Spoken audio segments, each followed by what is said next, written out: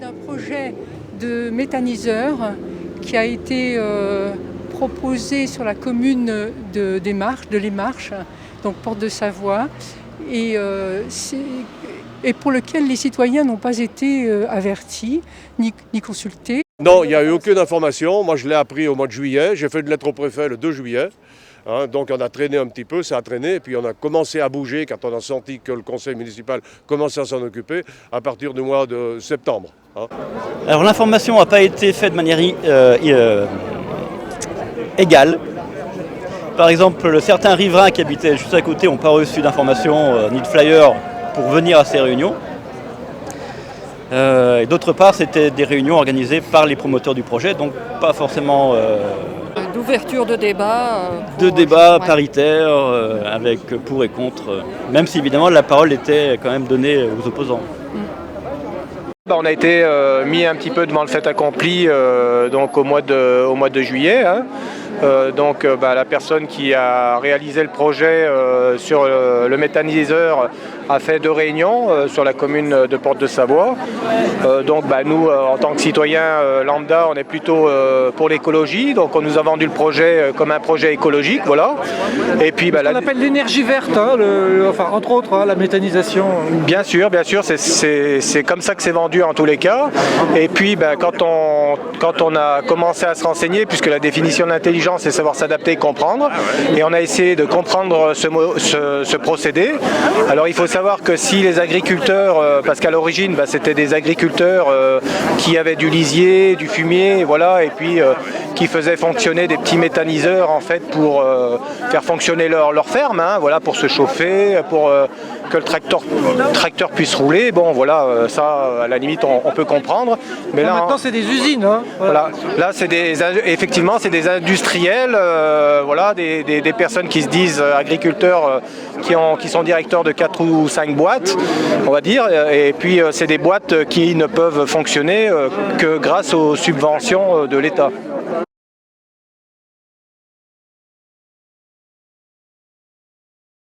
J'ai beaucoup travaillé à l'époque sur les protections des sites sur la commune des Marches avec Michel Barnier, quand il était au département, où on a fait classer le lac Saint-André grand site. Donc on a un territoire de 80 hectares autour du lac qui est protégé, et sur les Cornioles où ils ont décidé d'implanter une usine de méthanisation. Le qui motive, c'est qu'on est sur des zones protégées, on est dans des corridors biologiques, des animaux qui circulent, la faune circule entre Beldonne, Chartreuse et les Bauges. Et en même temps, on a une zone ZNIEF Natura 2000. Donc Natura 2000, c'est une directive européenne. Donc c'est une zone qui est protégée, on a travaillé pour la protéger.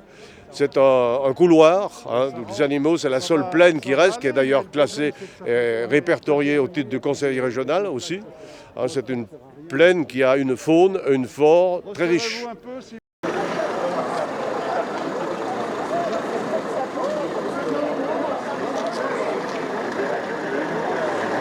Là, il y aurait 18 agriculteurs qui auraient signé une convention de manière à apporter des entrants, ce qu'on appelle des entrants.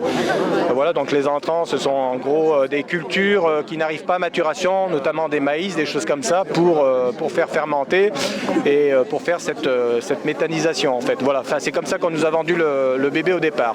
Mais il faut savoir qu'en Europe, il y a eu quand même 700 accidents. 17 accidents en France, voilà, donc c'est pas, c'est quand même eux ils appellent ça de l'écologie, moi j'appellerais ça plutôt une usine Céveso, quoi.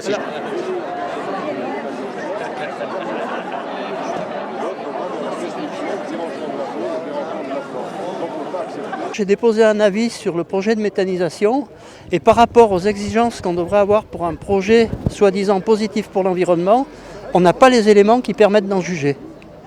Et notamment, on sait que la méthanisation a un très faible taux de retour énergétique. C'est comparable à peu près au biodiesel, en fait, tout ce qu'on peut tirer du colza. Et l'énergie qu'on investit pour fabriquer du biogaz est très faible par rapport à ce qu'on récupère. Pourtant, ça a vraiment le vent en poupe, on dit, c'est l'énergie verte. Oui, mais c'est tout simplement parce qu'elle est payée 4 fois plus cher que le gaz naturel. Donc là, il y a un intérêt industriel. Il y a un intérêt industriel évident pour les agriculteurs puisqu'on leur paye le gaz 4 fois plus cher que du gaz naturel. Sinon, c'est pas rentable. Un des derniers endroits espaces naturels sur la Combe de Savoie, si je puis dire. Donc on est attaché à cette zone naturelle protégée. On ne veut pas qu'il y ait de construction.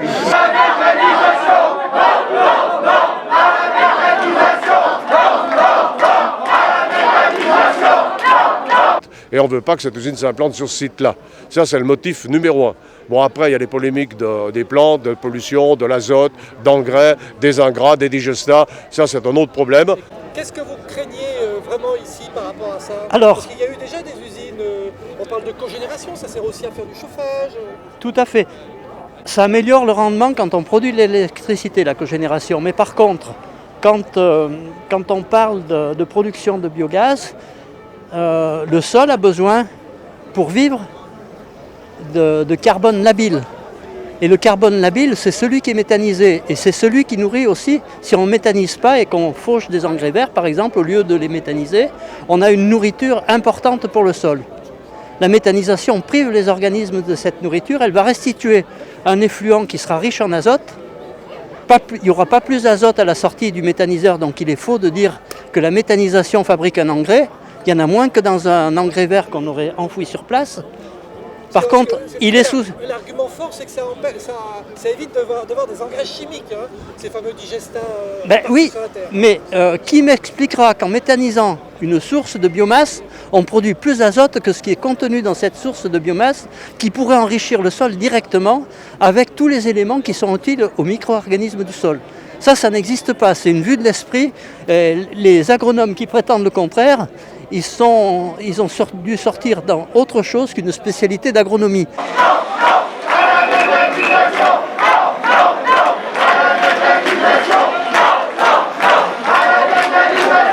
La méthanisation peut avoir un apport légèrement positif en matière d'énergie dépensée et d'énergie produite, mais il faut qu'on me décrive le process pour la fabriquer. J'ai besoin de la description du plan total des cultures qui est concerné, de savoir où ça va, parce qu'on peut aussi faire de la méthanisation avec des lisiers et des animaux qui sont nourris avec des tourteaux qui viennent du soja, et dans ce cas, on a un bilan carbone qui est extrêmement négatif pour la planète. On dépense de l'énergie pour chauffer l'installation, on en dépense pour transporter les matériaux, on va en dépenser pour, au départ, fabriquer des engrais, parce que moi, je n'ai pas vu les plans de culture, je ne sais pas si le bilan engrais est positif, ça m'étonnerait.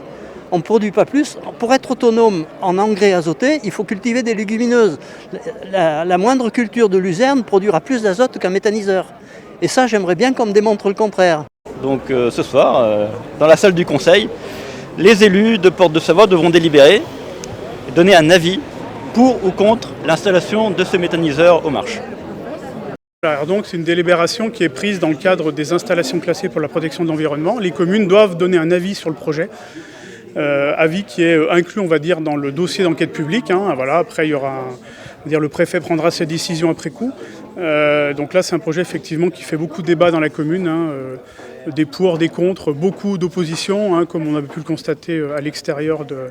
On a reçu des pétitions également de façon assez importante. C'est des projets qui suscitent beaucoup d'interrogations, on va dire, de craintes aussi.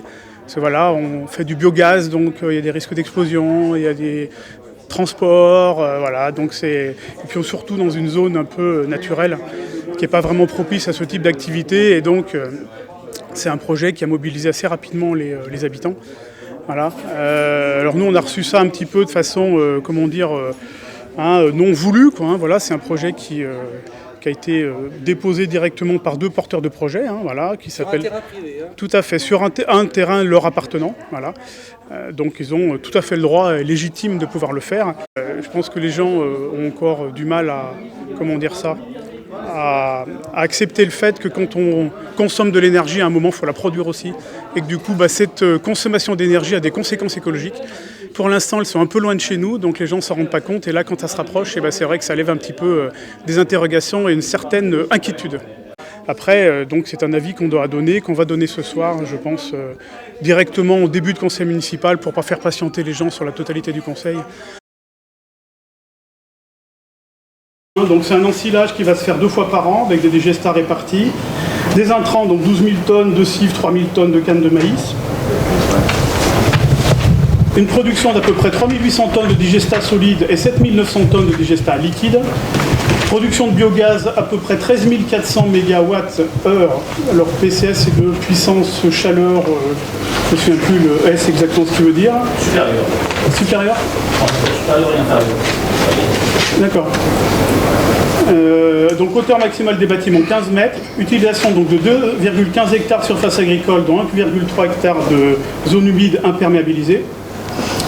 Un fossé côté zone Natura 2000 qui est préservé, seule surface d'intérêt écologique moyen sur le tellement considéré, en tout cas au vu du dossier d'enquête et notamment d'analyse de l'environnement. Une supervision du fonctionnement du site à distance. Une voirie intérieure avec voirie pour engins agricoles longs et lourds, c'est noté comme ça dans le document. Un dispositif de secours basé sur un poteau d'incendie en bordure de voirie et une réserve fait par un bassin en fait, de décontation qui va récupérer l'eau de pluie du site et donc se servir aussi comme défense incendie. Et des mesures de bruit donc dans l'année qui suit, puis tous les 3 ans. Donc sur le dossier loi sur l'eau. Il y a eu aussi un diagnostic écologique du site complet qui a été fait. Un bassin de stockage donc, de 250 m3 au total, au sud-ouest de la parcelle.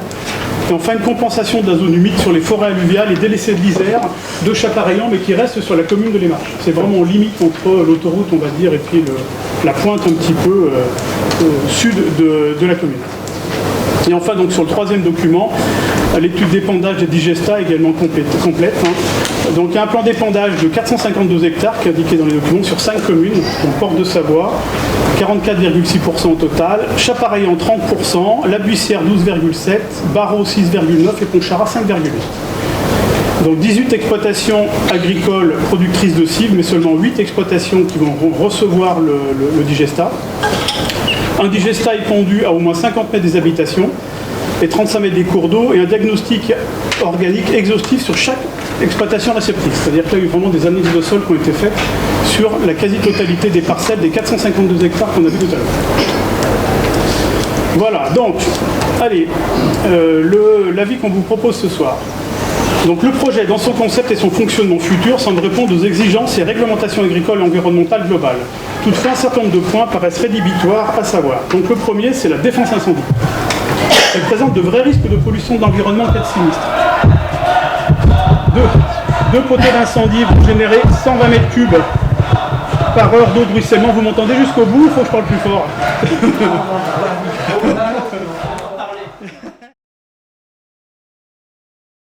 Présente de vrais risques de pollution de l'environnement en cas de sinistre. 2 poteaux d'incendie vont générer à peu près 120 mètres cubes par heure d'eau de ruissellement, alors que le bassin de rétention ne dispose que de 120 mètres cubes de réserve de capacité. 250 mètres cubes au total, dont 120 mètres cubes de réserve. Au-delà de 2 heures de défense incendie, le bassin de stockage sera donc plein et le surplus déversera directement dans le fossé qui borde la zone Natura 2000. Ce déversement pourra potentiellement provoquer une pollution qui se propage en aval, notamment de cette phragmites. Phragmites, c'est les fossés un petit peu en roseau qu'on voit qui est on va dire en limite avec la zone Natura 2000. Le dossier n'aborde pas du tout ce point crucial pour la protection de l'environnement idiot du site et les mesures de lutte contre cette pollution potentielle et son maintien sur le site elle-même. C'est-à-dire que là, s'il y avait pollution, je pense qu'elle partirait assez vite. Deuxième point.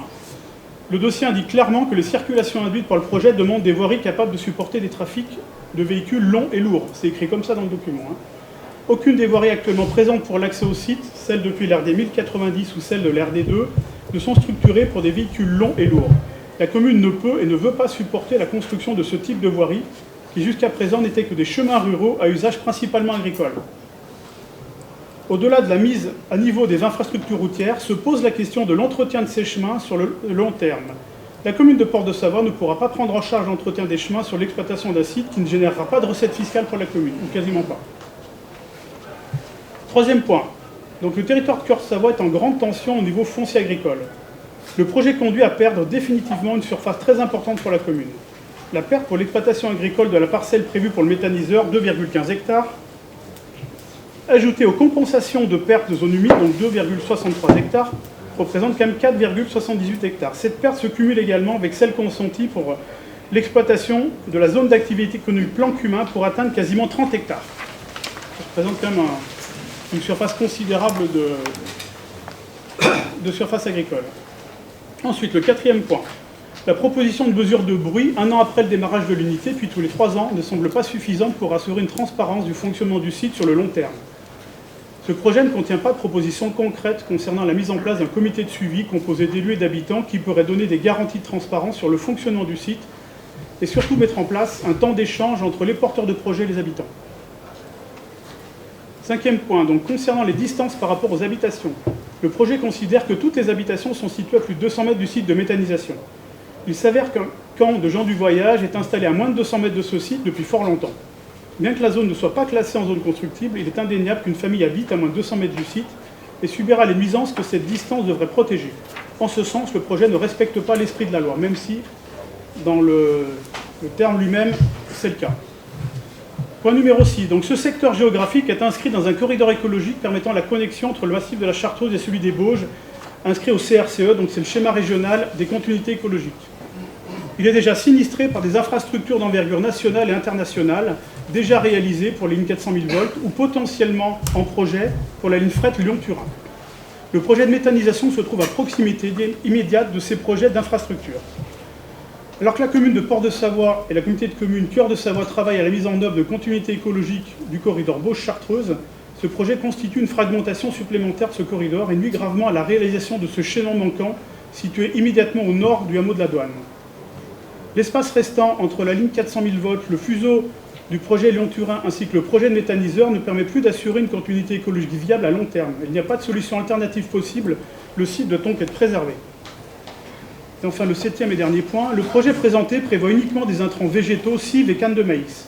Néanmoins, le dossier soumis à l'enquête publique prévoit également la possibilité d'ajouter des intrants complémentaires avec l'accord des services de l'État.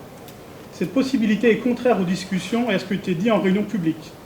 La commune n'accepte pas que des effluents d'élevage, des matières stercoraires, ce qui est donc des matières fécales, on va dire ça comme ça, du lactosérum et des déchets végétaux issus de l'industrie agroalimentaire puissent être ajoutés après un simple examen de conformité aux réglementations en vigueur des services de l'État. La consultation du public a été faite sur un projet. Si le projet change, il doit y avoir une nouvelle consultation du public. En conclusion, ce projet n'apporte pas de garantie suffisante pour le maintien de la salubrité publique et la protection de l'environnement naturel de la commune de Port-de-Savoie en ce lieu précis. Voilà, donc après débat et délibération, chaque conseiller a pu consulter le dossier de consultation du public. Le conseil municipal, bien que reconnaissant l'intérêt collectif du projet de produire du biogaz, donne un avis défavorable au projet d'unité de méthanisation présenté par la société Champ-Longon Gaz à cet emplacement précis.